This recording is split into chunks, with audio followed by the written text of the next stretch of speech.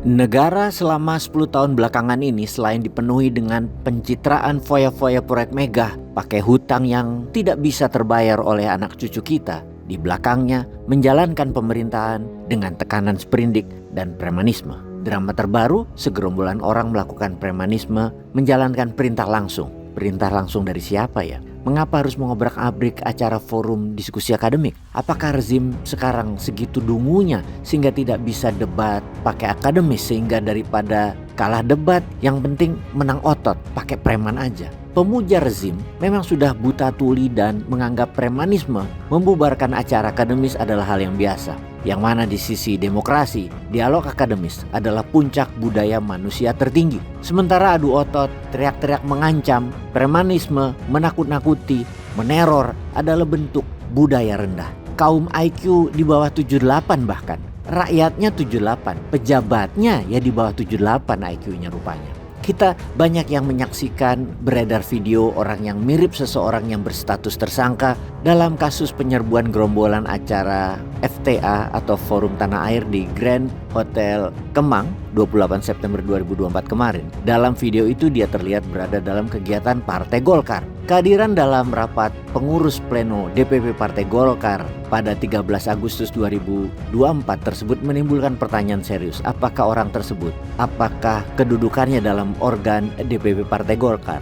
Perlunya klarifikasi karena orang yang mirip itu terlihat membawa pengeras suara dan menjadi korlap saat penyerbuan brutal kemarin. Memimpin pasukan bermasker mengobrak-abrik ruang acara di silaturahmi Forum Tanah Air sambil meminta peserta untuk bubar. Tapi kita semua tahu para tokoh tadi tidak takut. Mereka tidak menggubris permintaan gerombolan itu untuk membubarkan diri. Mereka terus melakukan konferensi pers, mengobrol santai dan makan siang.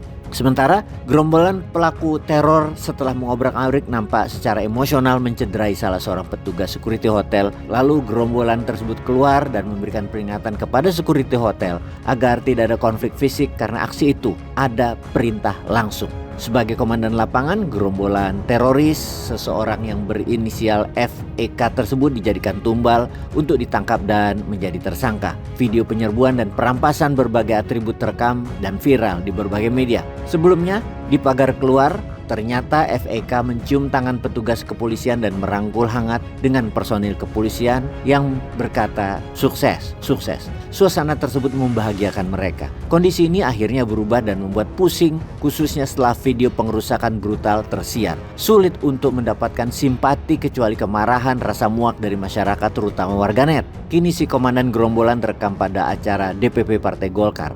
Penting untuk dijelaskan siapa FEK ini wahai Golkar. Apa benar ia sebagai preman bayaran juga di lingkungan Partai Golkar? Kapan bergabung dengan partai dan sebagai apa? Hal ini penting untuk mendapatkan klarifikasi agar nama baik Partai Golkar tetap terjaga. FEK kini menjadi pelaku dari suatu kejahatan politik sekaligus kriminal. Wajah FEK yang mendapat perintah langsung ada di mana-mana dikenal sebagai perusak demokrasi. Forum Tanah Air adalah organisasi diaspora warga negara Indonesia yang merupakan kumpulan aktivis penggiat kemanusiaan yang peduli dengan masa depan tanah air Indonesia. Partai Golkar bulan Agustus lalu sudah dipimpin Bahlil. Tentu kita semua tahu drama ini adalah rekayasa Raja Jawa, rekayasa Pak Jokowi, di mana kalau kita korelasikan keberadaan FEK di rapat Golkar menjadikan adakah perintah langsung dimaksud adalah perintah dari Bahlil atau perintah Raja Jawa? Yang pasti dijawab, "Lo ndak tahu, kok tanya saya?" Nah, kini semua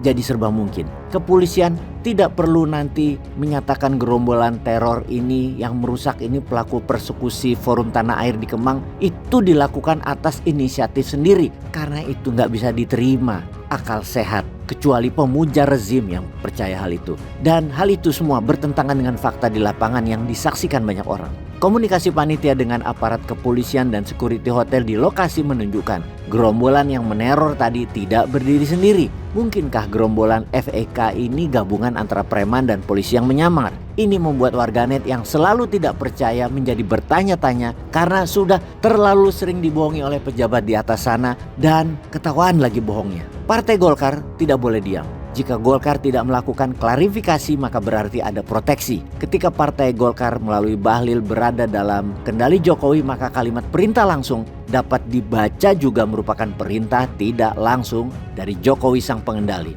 Partai Golkar harus ikut membantu menguak misteri kejahatan 28 September 2024 di Kemang. Kejahatan yang melengkapi gelapnya karir di akhir masa jabatan. Peace.